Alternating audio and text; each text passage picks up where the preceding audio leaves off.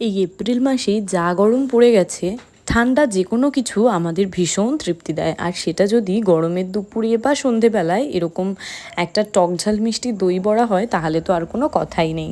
দই বড়ার ভিডিও তো আগেই আপলোড করে দিয়েছিলাম, আর বলেছিলাম গ্রিন চাটনির সাথে টক ঝাল মিষ্টি, তেঁতুলের চাটনি আর ভাজা মশলার রেসিপি পরের পার্টে দেবো। তো সেই পার্টটা নিয়েই চলে এসেছি। চলো, ভাজা মশলার জন্য নিয়েছি গোটা ধনে, তার সাথে নিয়েছি গোটা সাদা জিরে, আর তার সাথে মৌরি, আর দিয়েছি 3টে শুকনো লঙ্কা।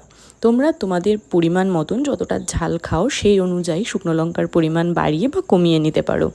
এবার সব খালি কড়ায় গরম করে নিয়ে গুঁড়ো করে নিলেই রেডি আমাদের এই ভাজা মশলা। এইবার আসি গ্রিন চাটনিতে।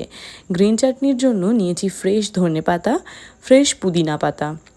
পুদিনা পাতাটা কতটা ফ্রেশ দেখো, কিন্তু এটা কিন্তু 10 দিন আমি ফ্রিজে স্টোর করে রেখেছিলাম। কিভাবে এতদিন স্টোর করে রাখি জানতে আমাকে কমেন্ট করো, আমি দেখিয়ে দেবো।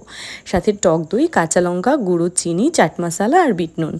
এবার একে একে ব্লেন্ডার জারে ধনে পাতা, পুদিনা পাতা, কাঁচা লঙ্কা, বেশ কিছুটা টক দই, সাথে 1 চামচ গুঁড়ো চিনি, আর নিয়ে নিচ্ছি চাট মশলা আর বিট নুন। সব ভালো করে অল্প একটু জল দিয়ে ব্লেন্ড করে নিলে রেডি আমাদের গ্রিন চাটনি। এই চাটনিটা বেশ একটু পুদিনা পাতার জন্য ফ্লেভারফুল আর ঝাল ঝাল। আর তারপরেই আসছি তেঁতুলের টক মিষ্টি চাটনিটায়। এর জন্য নিয়েছি আগে থেকে গরম জলে ভিজিয়ে রাখা তেঁতুলের কাঁধ বের করে নিয়েছি ছেঁকে। তার সাথে নিয়েছি আখি গুড়, বা যেটাকে আখের গুড় বলে, 2-3 চামচ মতন।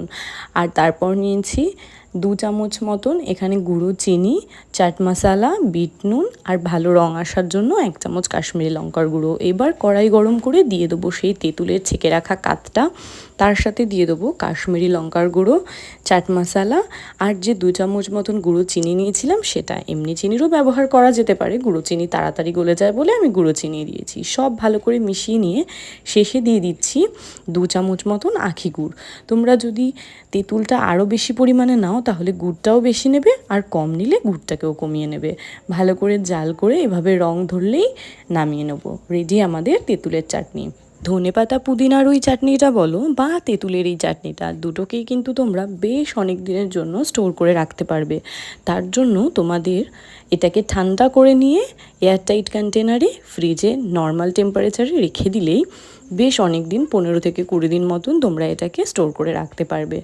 আর এই যে এইবার সেই দই বড়ার উপরে একটু গার্নিশিং করে নিলেই রেডি আমাদের দই বড়া, আর রেডি আমাদের চাটনি। তো কেমন লাগলো পুরো রেসিপিটা অবশ্যই কিন্তু কমেন্টে জানিও।